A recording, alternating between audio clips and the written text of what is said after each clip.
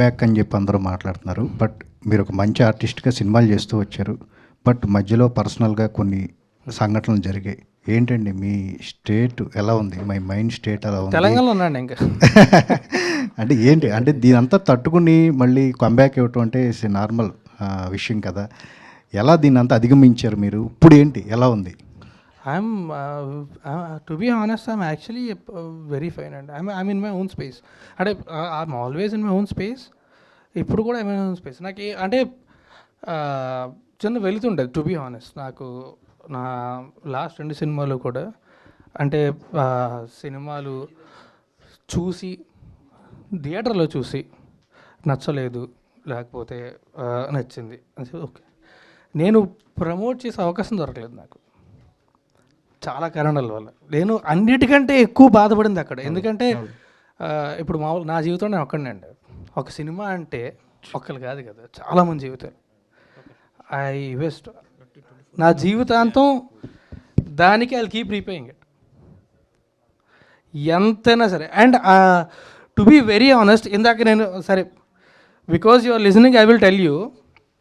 నేను ఇప్పుడు అంటే నేను నిజంగా దానికి I have to repay, I have to promote lot more, but I'm feeling way more comfortable then I was before. Because ఎందుకంటే నాకు ఆలోచన కనిపించింది, మనం చిన్నప్పుడు అప్పట్లో నాకు దూరపు చుట్టాలు బంధువులు ఉంటారు కదా,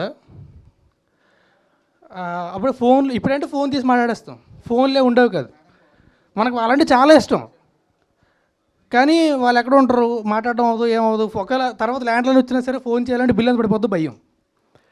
సో సడన్గా ఎవరన్నా కుటుంబంలో ఎవరిదన్నా సరే పెళ్ళి అంటే ఒక ఆనందం, పెళ్ళి గురించి కాదు, వీళ్ళకి వెళ్ళవచ్చు అని చెప్పి.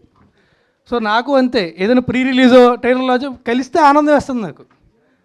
నిజంగా చాలా హ్యాపీ అనిపిస్తుంది. మిమ్మల్ని నా ట్రైలర్ లాంచ్ ఉంది, అవునా అమ్మాయి చాలా హ్యాపీగా ఉంది. బికాజ్ ఇట్స్ ఒక్కరోజు 2 రోజులు కాదు కదండి. అంటే see good or bad, whatever it is, 12 ఏళ్ళ నుంచి I have constantly been travelling with you. నాకు అది రియలైజ్ అవ్వడానికి ఇన్నేళ్ళు పట్టిందేమో, మేబీ ఆ కంఫర్ట్ లెవెల్ రావడానికి ఇన్నేళ్ళు పట్టిందేమో.